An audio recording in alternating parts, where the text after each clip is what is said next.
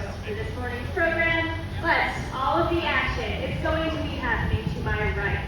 Starting off the show with a couple of introductions. Your trainer for this morning's show is Angela. Everyone say hi, Angela. Hi. And your sea lion star is our oldest and our largest California sea lion. This is a 23-year-old male named Robbie.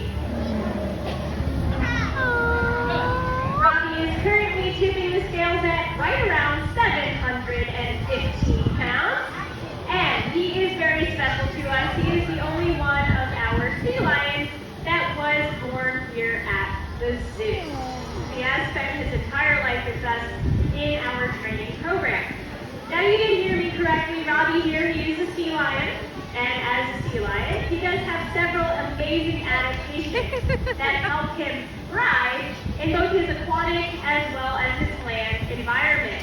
So we would like to share some of those with you all today, starting with the most obvious. And that is going to be Robbie's two very large and very powerful front flippers. What these flippers do is they allow Robbie, when he's feeling like it, to lift his chest and his belly up off the ground. In addition to that, sea lions have the ability to rotate their hind flippers underneath their body. This does allow them to walk around on all fours. Just like that. Kind of, again, 715 pounds. But sea lions are very agile on land. They're also very agile in the water, as you will see throughout the entire show today. A lot of that agility is thanks to those powerful front flippers.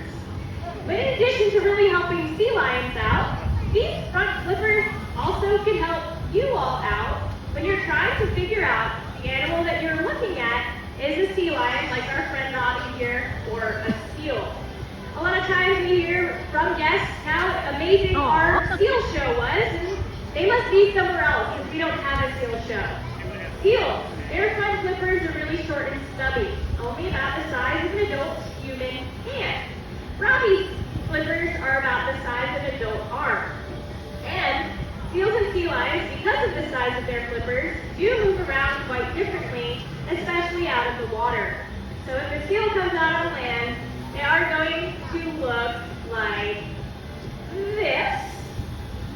Aww. And because they can't really do much with those flippers, they're going to move around a little bit differently too. All they can do is slink along on their bellies, and they do end up looking like a giant inchworm or a caterpillar. So whereas the front flippers might not be very strong, I don't like to think that their ab muscles are, because they are contracting their stomachs when they're moving instead of walking around. So the next time you are trying to figure out a few items out into the pool, we are going to get Robbie set up for a little bit of a scavenger hunt today, and it is going to be up to him to use that excellent eyesight, find all of these items, and then bring them back to Angela. Okay, we've got 3 out there. Let's see how he does.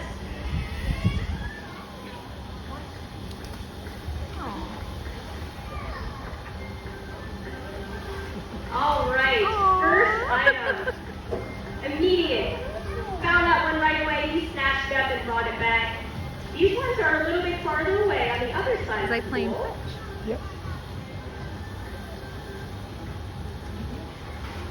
Okay. All right, number 2. Excellent job, Robbie. Now the last item. It did sink to the bottom. I don't know if he's going to be able to find it, but he is off. And yeah, there you have it. Even the items on the bottom of the pool. No match for Robbie's excellent eyesight. But sometimes sea lions swimming out in the waters of the Pacific Ocean, they might not be able to rely on their eyesight to see where they are going or even to hunt. They might be in water that's a little bit dark or murky, but thankfully, sea lions do have another adaptation to help them out in those situations. It's actually going to be their whiskers. Sea lions have really cool whiskers on either side of their faces, and they are extremely sensitive.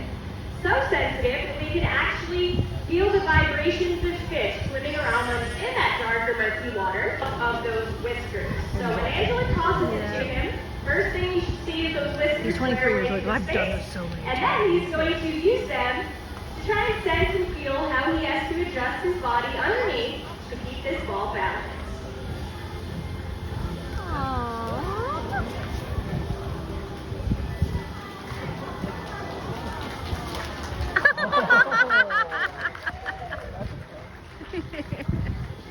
You can do that? Really impressive stuff That right was there. Aw. And just like everything, Yay! it kind of add a little bit of a flair to that behavior as well. Even when he rolled over, he was still able to keep that ball balanced. Now that ball balance behavior, every behavior you've seen throughout the show, and you will continue to see, has been trained using something called positive reinforcement. What that means is we reward good and correct behaviors, and if our animals ever make a mistake, if they mess up, or if they completely ignore us, that's okay. You are not going to force a 715-pound sea lion to do something it doesn't want to do. The really cool thing about that also is that we never punish our animals. And there are several really important reasons why we do train our sea lions. The first reason is to make sure that they stay sharp mentally. So, after he takes a dip here, comes out on deck, we expect him to walk over to that star shape and touch his nose to it. Just like that. By doing that over and over and over and over, that is how Robbie learned that that star is what he's looking for. That belongs to him. So what we are going to try and do next is put him to the test a little bit. It's really easy to find a shape when it's the only shape that's held up in front of you. So what we are going to do is hold up two shapes. We are going to hold up the triangle shape as well, and we're going to see if Robbie can still select his star. Now these are the two shapes that look closest to each other, right? They look very similar. But that's okay. Robbie says, you can't fool me. I'm going to still locate my star.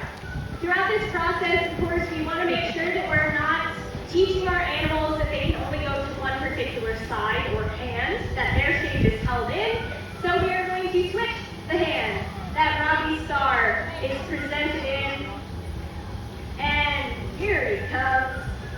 There you go. That No doesn't hesitation. So, of course, in addition to that, we need to make sure that he can still recognize that shape regardless of whatever other shape it is presented. Back in the water. Next, we are going to use the diamond shape. Another one that kind of looks similar to his star, maybe if he's not paying close attention. So we are going to give him one last shot here. And there we have it. Very intelligent young man here. And this is the behavior that he does below the surface of the water, above the surface of the water. He can successfully select that star when it is presented in a group of about 8 shapes, again working his way up to the full group of 10. Equally as important, courtesy of your new friend Robbie here. So, we're going to put all of this together, we're going to get Robbie's heart rate up, and we do hope you all have some fun. Oh.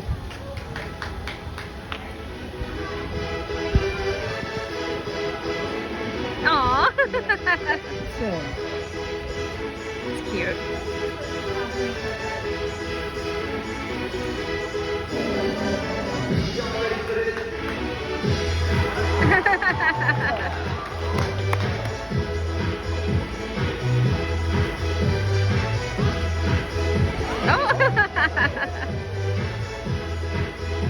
How many frisbees I go for?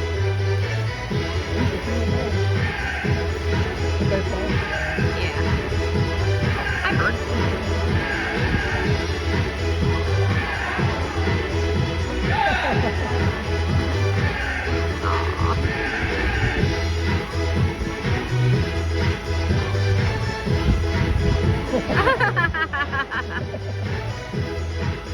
This means tongue. That's funny.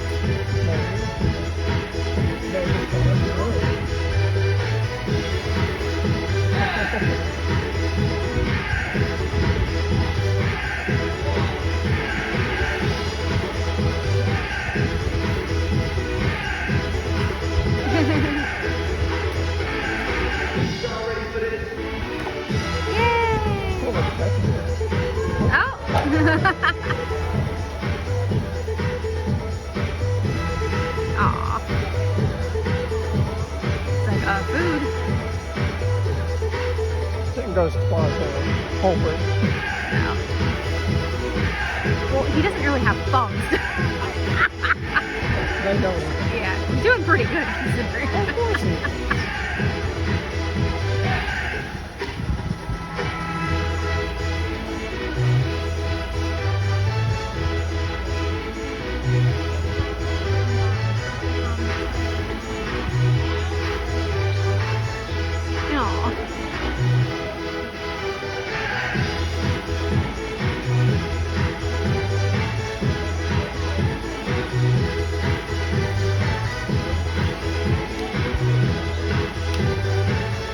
He's gonna fall every time he does that. Understandable.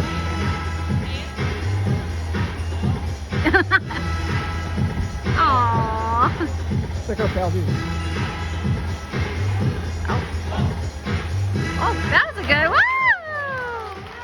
That was a good one. That one is an exclamation point for sure.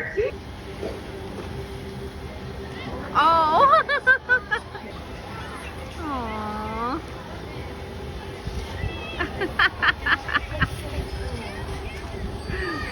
All right, pretty fantastic impression from Rob, and I do think it was so good. You all are going to ace my quiz. So all together, what is the sea lion's top predator? Shark. A shark. Say? Robbie? Yes. Aw. Right. He says, good job, everybody. Aw. Good job, Robbie. Great white sharks, in particular, are the top natural predator of sea lions out on the west coast. But unfortunately, sharks are not the only thing, or even the scariest thing, that sea lions have to look out for. There is a man-made issue that is way too common out on the Pacific Ocean, right here in St. Louis, Forest Park, and the issue that I'm referring to is going to be litter, especially single-use plastic litter. These products are really useful to us as people, but if they aren't disposed of responsibly, they can actually cause animals a lot of harm. They can ingest these plastics or eat them. They mistake them for a food source, and they can also get stuck in them as well. Really nothing good comes of these single-use plastics. So what we want to encourage you all to do is to follow Robbie's excellent example. Aw. Track down any plastic litter you might see laying around, pick it up, and recycle. Yay, Robbie! As you did see, recycling is so easy that even a sea lion can do it, and it does make a huge difference in the lives of animals both near and far. Now that does just about bring us to the end of the show today. Robbie does have one final behavior for you all. Before that, we would like to remind you all that there are 3 exits in the arena, one to your left and right-hand sides, and then one behind you at the top of the stairs. So feel free to use whichever is easiest for you to continue with your day today. But to wrap things up for you all with one final display of the grace and agility of the sea lion and fly. You all have been fantastic this morning. Angela and Robbie did a great job. Let's hear it for all of you one more time. And here we go. He just jumped off. We do hope you enjoyed your time with us here at the Sea Lion Show. Thank you so much for all of your support, which helps us care for animals not just here, but also in the wild. And please enjoy the rest of your day at the St. Louis Zoo.